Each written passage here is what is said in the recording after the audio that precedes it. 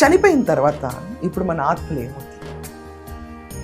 మనం చనిపోయిన తర్వాత ఎందుచేతన తొందరగా అంత్యక్రియలు అవచేయాలి. ఈ రోజున్న ఆధునిక ప్రపంచంలో అందరూ అమెరికాలో, కెనడాలో, పరాయి దేశాల్లో ఉండటం వల్ల 4 రోజుల నుంచి 5 రోజుల దాకా చనిపోయిన శరీరాన్ని అలాగే ఉంచుతారు, కదల్చరు. మోర్చరీలో పెడతారు, ఎంబామింగ్ అంటారు, అలాగే ఉంచుతారు. బట్ అది ఒక రకమైన క్షోభ. చనిపోయిన ఆత్మకి తను ప్రవేశిద్దామన్న ప్రయత్నం చేస్తూ ఉంటుంది, నిరంతరంగా అలసిపోకుండా. ఇది తన స్వస్థలం, తన గూడు, తన శరీరం ఇది. అలాంటి దాన్ని తను ఇంకా ఉన్నంత వరకు అది నాదే అని నమ్ముతూ ఉంటుంది. అండ్ చుట్టుపక్కల ఉన్నాళ్ళు కూడా మేబీ లెగుస్తారేమో అని చెప్పిన ఒక ఆరాటంలో బాధ అన్నీ ఉంటాయి. కానీ చనిపోయిన 4 గంటలు కనుక డిక్లేర్డ్ డెత్ అని మనకు తెలిసిన తర్వాత అంత్యక్రియలు చేయటం చాలా మంచిది.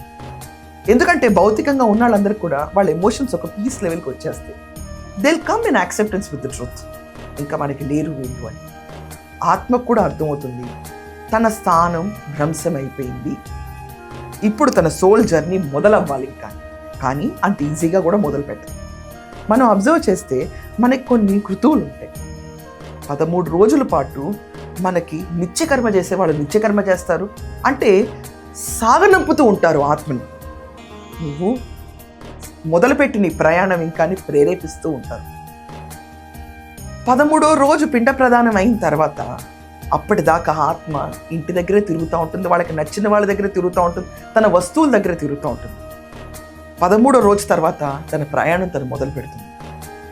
ఎందుకంటే ఫైనల్ సెండ్ ఆఫ్ ఇస్తాం మన మంత్ర రూపేణ ఫైనల్ సెండ్ ఆఫ్ ఇస్తాం, నువ్వు వెళ్ళి రా ఇంకా.